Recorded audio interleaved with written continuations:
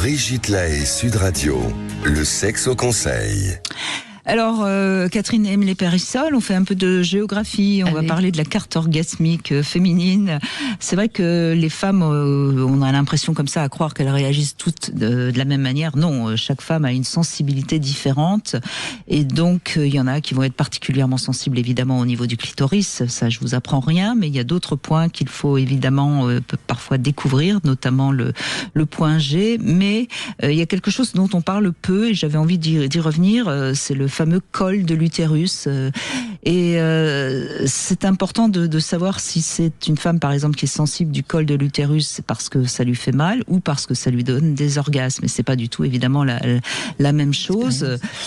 Parce qu'il y a des femmes qui ont des orgasmes, justement, parce que on stimule le col de l'utérus. Et c'est important, d'ailleurs, parce que quand il y a ablation de l'utérus, si c'est le cas, eh bien, il faut que la femme le précise bien, qu'on lui laisse son col, parce que sinon sa sexualité va en pâtir. Et généralement ces femmes-là sont des femmes évidemment qui aiment énormément la pénétration vaginale et qui aiment des hommes puissants, et on peut tout à fait le comprendre. Alors qu'il y a des femmes, au contraire, quand ça tape fort au loin, ça fait mal.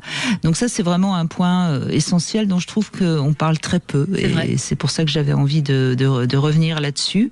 Et puis ensuite, il y a des zones érogènes chez les femmes qui sont très différentes. Il y a des femmes qui se pâment quand on leur embrasse les tétons. Il y en a même qui arrivent à jouir avec ce baiser sur le téton. Et puis il y en a d'autres qui ne supportent pas, notamment par exemple quand elles allaitent ou quand elles ont allaité.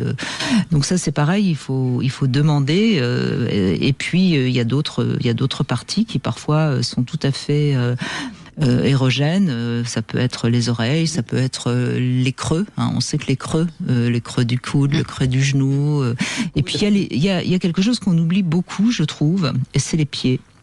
Je trouve que le pied, et c'est pareil pour les hommes d'ailleurs, la plante des pieds est quelque chose de particulièrement érogène, et c'est une belle manière, je trouve, de temps en temps de s'occuper de son partenaire ou de sa partenaire sans forcément aller directement à l'acte sexuel.